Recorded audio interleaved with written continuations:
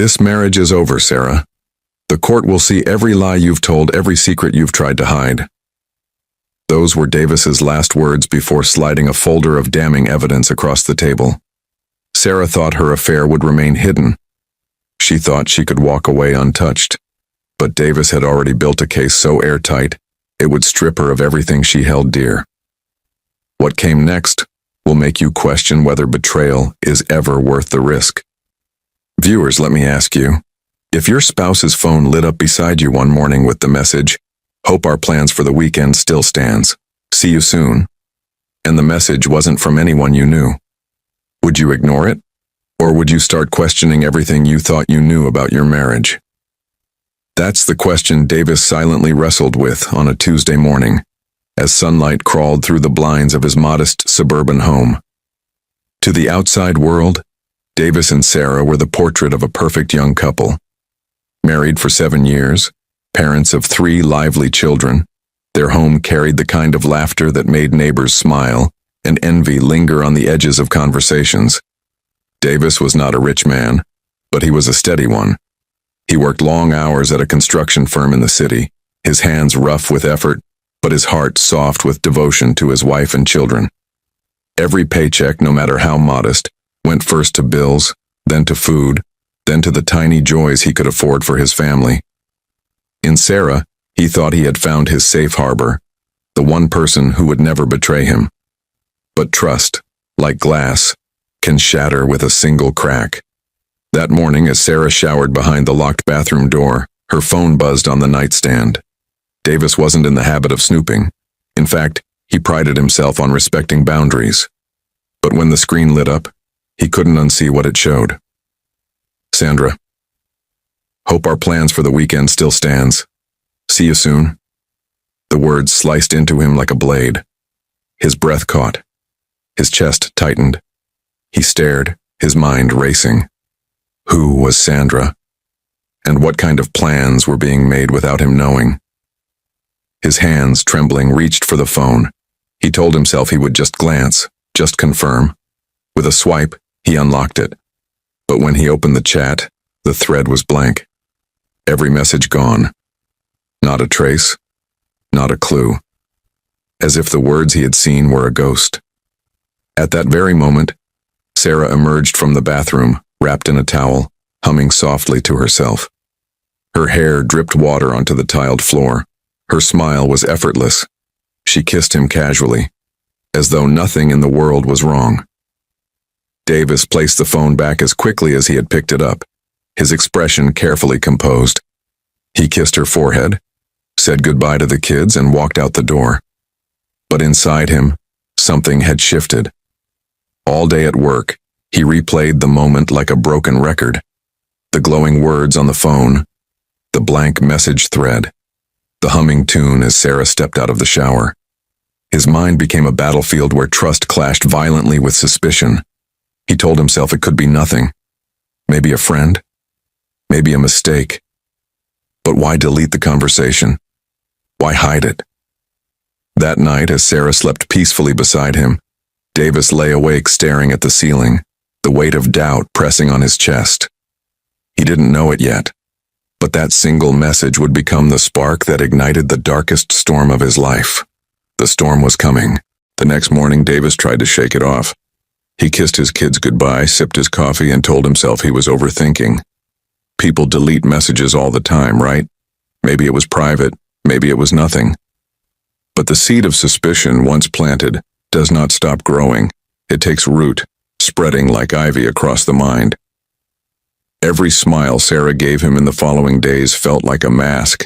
Every phone call she stepped outside to take, every late-night text that lit up her screen, suddenly it all carried a hidden weight. Davis would find himself staring at her when she wasn't looking, searching her eyes for signs of guilt. But Sarah, calm and composed, never betrayed a single crack. One Thursday evening, Davis came home earlier than usual.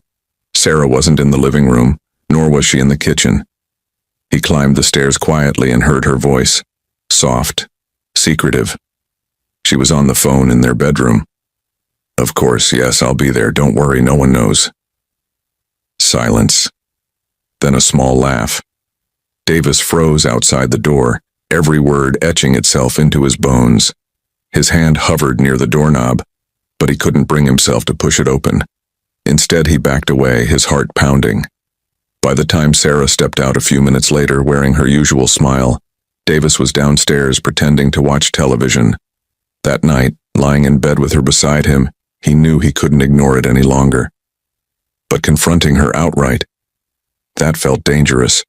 What if he was wrong? What if he shattered their marriage over paranoia? So he turned to someone else.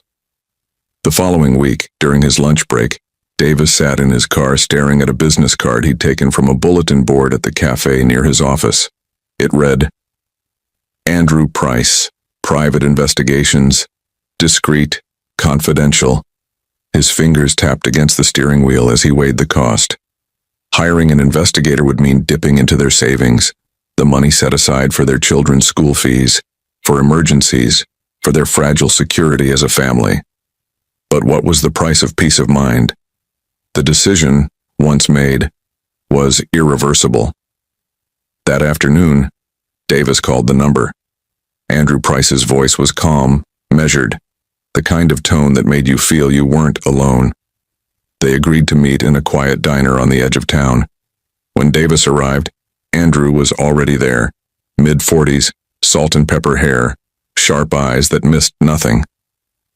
You're not the first man to sit in that chair, Andrew said after hearing Davis's story, and you won't be the last.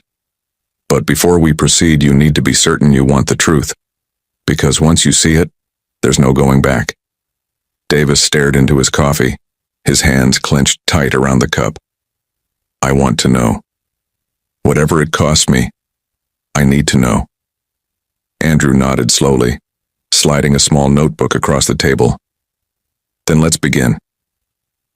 It was in that moment, in that dimly lit diner, that Davis crossed an invisible line. The man who had once trusted blindly now entered the world of shadows, where secrets lurked, and the truth, once uncovered, could never be undone. The trap had been set. All that was left was to wait. The first week of surveillance was uneventful. Andrew reported back to Davis with nothing but ordinary details. Sarah picked the kids up from school, went grocery shopping, visited her sister, and came home in time to make dinner. On paper, she was the perfect mother and wife. But Davis knew better. He couldn't forget that message. He couldn't erase the sound of her secretive laugh on the phone upstairs. On the 7th day, Andrew called him late at night. We've got something. You need to see this. The next afternoon, Davis drove to Andrew's office, his palms slick against the steering wheel. Andrew had a manila folder waiting for him. Inside were photographs. The first showed Sarah walking into a hotel downtown, her hair styled, her dress not the one Davis had seen her leave the house in that morning. The second showed her sitting at a table across from a man Davis had never seen before. Tall, sharp suit, clean-shaven jaw. He was leaning across the table, his hand brushing Sarah's fingers. The third made Davis's stomach drop. Sarah leaving the hotel hours later with the same man, their shoulders brushing, their smiles too intimate to be mistaken. For a moment, Davis couldn't breathe. The walls of the office seemed to close in around him. His wife, his Sarah, the mother of his children, laughing in the arms of a stranger. Andrew's voice cut through the fog. His name is Daniel Parker, mid-30s, works in finance downtown. Married once, divorced 5 years ago. No kids. I've got his address, his work history, even his license plate. He's clean on paper, but this... Andrew tapped the photo of Sarah and Daniel together. This isn't just lunch between friends. She's hiding it from you for a reason. Davis's hands trembled as he shuffled through the photos again. Each one was a knife. Each one confirmed his worst fear. That evening, he came home to Sarah humming in the kitchen, the smell of pasta filling the air. She greeted him with a smile, kissed his cheek, asked about his day, as if nothing in the world had changed. And maybe for her, nothing had. But for Davis, everything was different now. He sat at the table nodding at the right moments, laughing at the children's stories, pretending his world wasn't collapsing. But his mind burned with the images Andrew had shown him. That night, while Sarah slept peacefully at his side, Davis lay awake staring into the darkness. He could almost hear Daniel's laugh, see Sarah's smile that wasn't meant for him. And then, something inside him hardened. He would not confront her. Not yet. Confrontation gave power away. What Sarah didn't know was that he already knew. He would wait. He would plan. And when the moment came, she wouldn't see it coming. For the first time in his life, Davis felt the cold burn of vengeance take root. The faithful husband was gone. What remained was a man quietly sharpening the blade of betrayal into his own weapon. The days that followed were torture. Davis became an actor in his own home, playing the role of a husband who knew nothing, while his heart twisted with every glance at Sarah. He laughed when he had to, tucked the children into bed and kissed Sarah goodnight. But behind the mask he was studying her. Every word she spoke, every sudden trip to the grocery store, every phone call that ended the moment he walked into a room. It all fed his growing suspicion. Sarah was careful. Too careful. Andrew continued tailing her, sending Davis reports that painted a picture darker than he'd imagined. Sarah and Daniel weren't just meeting at hotels. They had been spotted dining at restaurants on the other side of town, strolling together in quiet parks, even shopping at boutiques. She wasn't slipping away for quick rendezvous. She was building another life, piece by piece, right under Davis's nose. And yet, at home, she was flawless. She helped their daughter with her homework, kissed their youngest goodnight, sat at the dinner table as if she were nothing but devoted. Davis's rage simmered beneath the surface, but anger was not his only companion. Grief haunted him like a shadow. He remembered their wedding day, Sarah's vows trembling with emotion. He remembered the birth of their first child, the tears they both shed when they held him for the first time. He remembered the nights they dreamed of a future together, promising they would face every storm as one. Was it all a lie? Or had something changed in her heart that he could never undo? Andrew's investigation soon uncovered more. Daniel wasn't just Sarah's lover. He was also the Sandra in her phone. She had hidden his name beneath a woman's contact to keep suspicion away.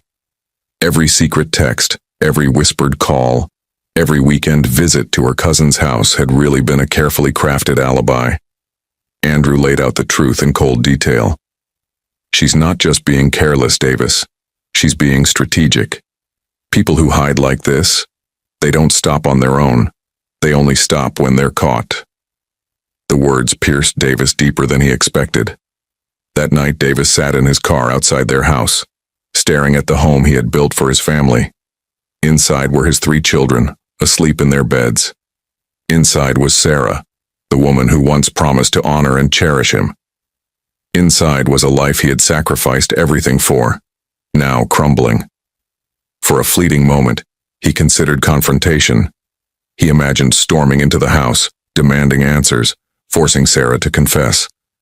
But then he pictured her denying it, turning the blame back on him, weaving another web of lies. No, that wasn't enough. She had betrayed him in silence.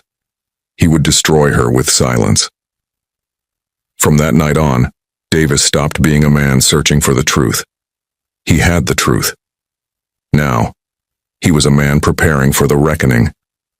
And Sarah, blissfully unaware, continued to walk the edge of her own downfall. Davis's silence became his greatest weapon. Outwardly, nothing had changed. He went to work, came home, played with his children, kissed Sarah on the cheek when she handed him his dinner plate. But beneath that calm exterior, he was constructing a plan with the precision of a man who knew patience was more powerful than rage. He started with the finances. Quietly, discreetly, Davis opened a separate bank account under his name only. Every bonus check, every small side job he took after hours, every bit of spare cash he could gather went into that account. Sarah never noticed. Why would she? She still believed she had him wrapped in trust. Next, Davis met with a lawyer. He told Andrew nothing of this part. Some secrets even an investigator didn't need to know. The lawyer listened carefully, reviewed the photos, the phone records Andrew had collected, and gave Davis the one thing he needed most: leverage. With this, the lawyer said, tapping the folder of evidence, you can secure custody. The court will not look kindly on a mother endangering the stability of her children for an affair. Custody. The word gave Davis both hope and fire. He wasn't just planning to confront Sarah. He was planning to take back control of everything she thought she could steal from him. Meanwhile, Sarah's behavior grew bolder. One Friday evening, she told Davis she had a late-night meeting with a community group. Davis kissed her forehead and told her to drive safe. An hour later, Andrew sent Davis a photo of Sarah stepping into Daniel's car, her dress far too glamorous for any community meeting. She returned home past midnight, slipping into bed beside Davis as if nothing had happened. Davis didn't flinch. He pretended to stir in his sleep, mumbling something incoherent. Sarah sighed softly and closed her eyes. Her secret safe. For now. But cracks were beginning to show. At breakfast the next morning, their eldest son asked innocently, "Mom, why weren't you home last night? I thought you said you'd read me a story." Sarah froze for half a second before recovering with a laugh. "Oh, sweetheart, I told you I had a meeting. I'll read you 2 stories tonight to make up for it."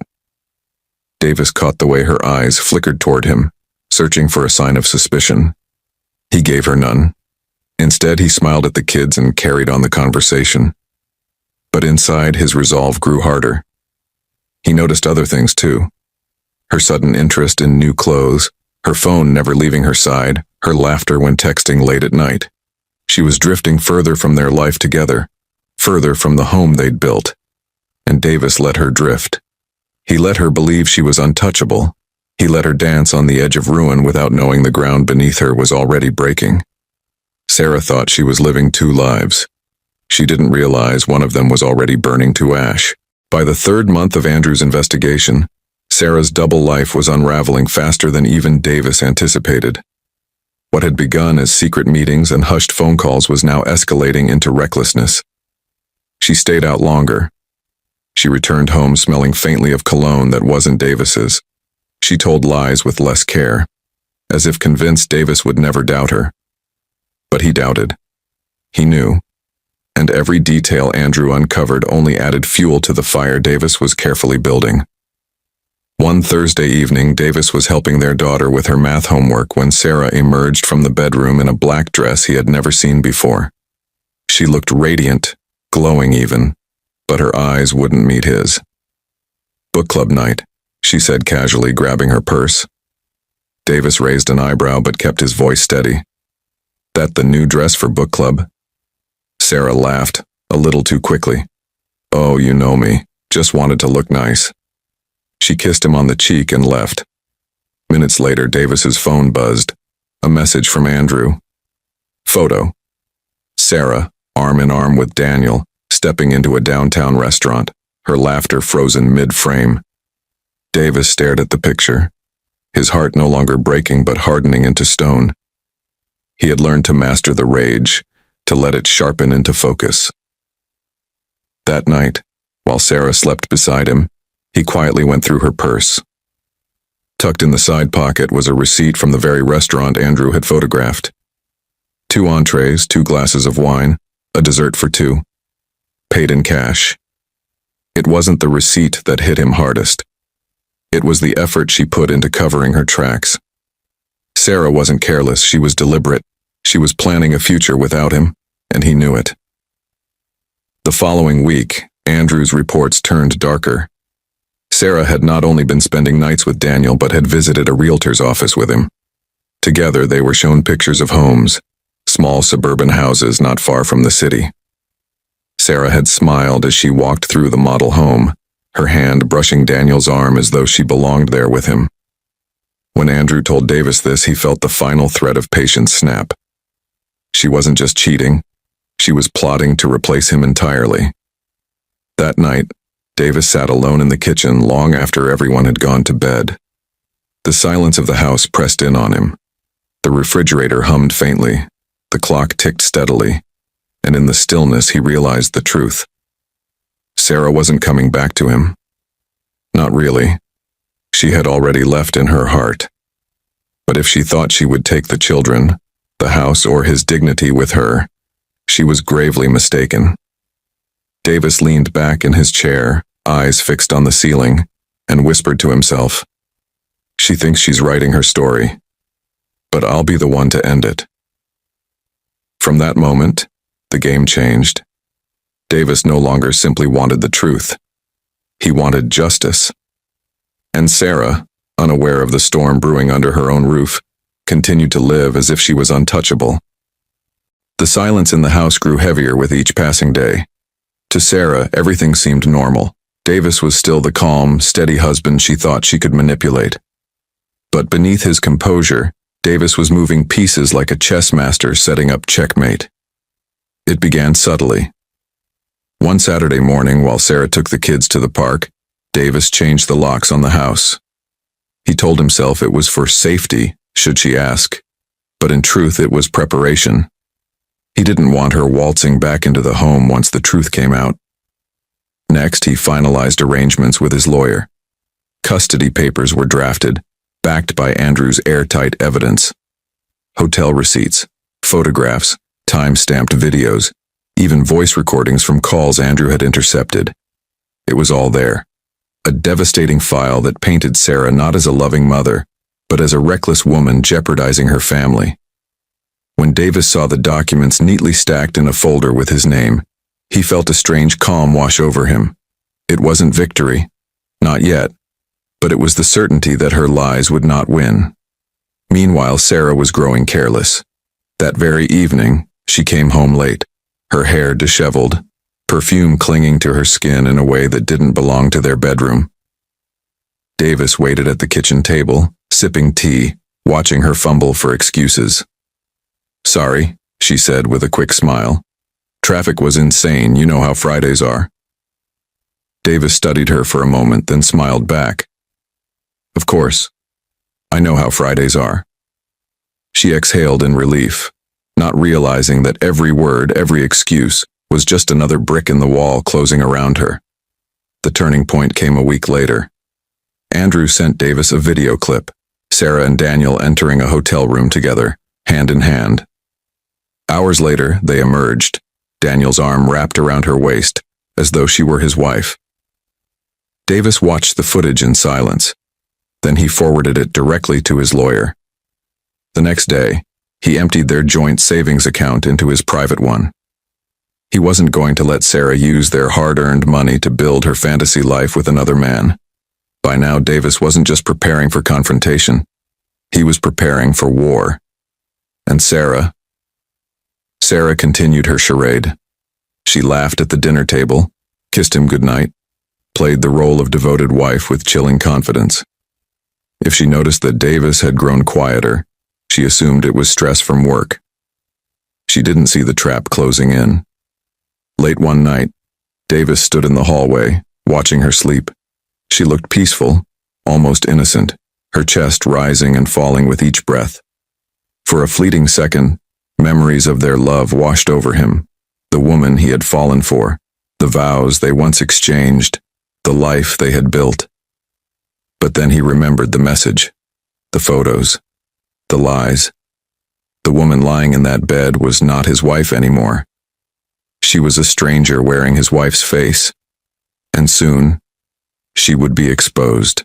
The day of reckoning came on a gray Sunday afternoon.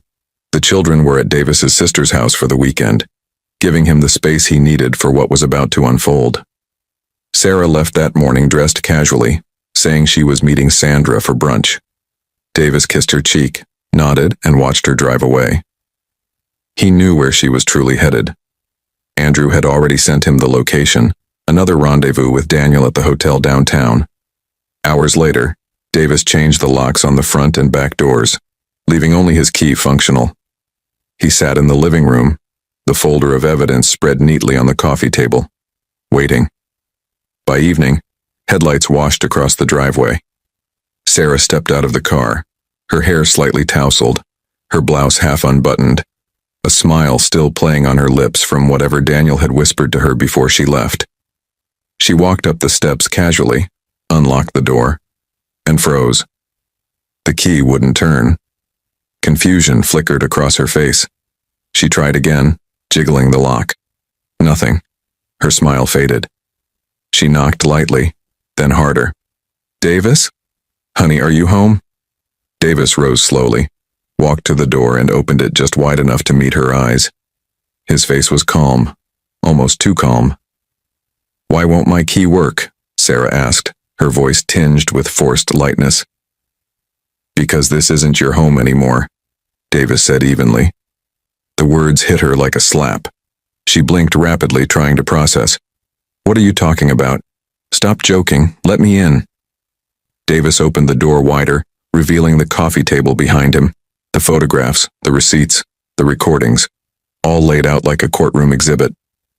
Her breath caught. Color drained from her face. "You," she stammered, her eyes darting to the evidence. "You went through my things." "No."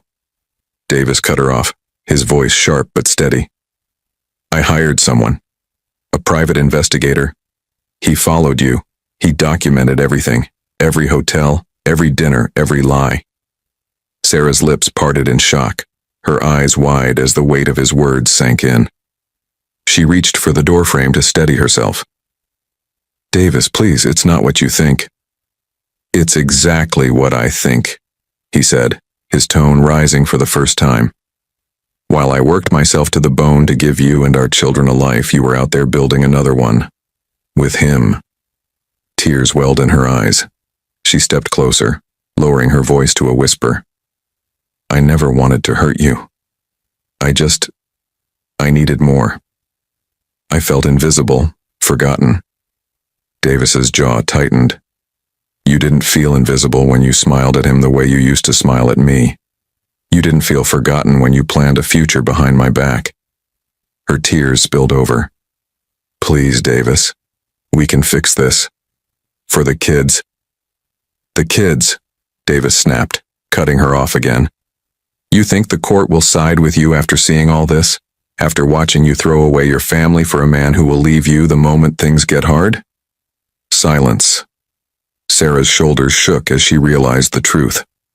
Daniel had been a thrill, an escape, but Davis had the power. The locks had changed. The children were no longer hers to take. The life she had built on lies was collapsing in front of her eyes. Davis stepped aside, his voice cold as steel. "Gather your things, then leave. This marriage is over." The following weeks unfolded like a storm Sarah couldn't outrun. Davis moved swiftly, armed with Andrew's evidence and his lawyer's guidance. Court papers were filed, custody arrangements requested, financial records submitted. It was no longer just betrayal, it was a legal battle, and Davis had prepared every weapon. Sarah, once confident in her secret world, now stood exposed. In court, Davis's lawyer presented the photos, the videos, the phone records. Judges don't deal in emotion, they deal in proof, and the proof was overwhelming. Sarah's pleas fell flat. "It was a mistake. It didn't mean anything. I'm still a good mother." But the judge's eyes were cold, the evidence damning. The children were granted to Davis full custody. Sarah was given visitation rights, limited, supervised, stripped of the authority she once wielded in the household. The day of the ruling, Sarah walked out of the courthouse with tears streaking her face, her mascara smudged, her hands trembling. Waiting outside for her was not Daniel, not the man she had risked everything for. He was gone, vanished without a word. The moment her secret world collapsed, so did his interest. She called him, desperate. The phone rang endlessly before going to voicemail. She tried again the next day, and the next. Eventually, the number was disconnected. Daniel had left town, leaving her with nothing but the memory of promises whispered in the dark. Sarah's world shrank to silence. The house she once called home was no longer hers. The laughter of her children no longer echoed around her daily life.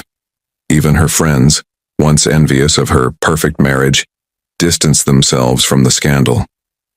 Davis, meanwhile, carried the weight of both pain and resolution. He hadn't won in the way people imagine victory. He still woke up some nights, staring at the ceiling, remembering the life he thought he had, the woman he thought he knew. Betrayal doesn't vanish, it lingers like smoke. But when he looked at his children, sleeping peacefully under his roof, he knew he had done what was right. He had protected them. He had reclaimed his dignity. He had shown Sarah that lies don't build homes. They burn them down. One evening, weeks after the final hearing, Sarah showed up at the house. Her face was pale, her eyes hollow, her hands clasped in front of her as if in prayer. "Davis," she whispered, her voice trembling. "I don't have anyone else. Please, can we talk?" He stood in the doorway, his children playing in the living room behind him. For a moment he saw the woman he had once loved, the woman he had built a life with. But then he remembered the photos, the messages, the years she had risked for a man who abandoned her. Davis's voice was quiet but firm. "Sarah, I gave you all of me. You chose to throw it away. Now you'll live with that choice." She sobbed, covering her face with her hands. Davis closed the door gently but firmly, sealing the final chapter of their story. Trust is fragile, loyalty is priceless, and betrayal always comes with a cost far greater than anyone imagines. In the end, Sarah lost everything she once thought she controlled. And Davis, though scarred, walked away with the one thing that mattered most: freedom.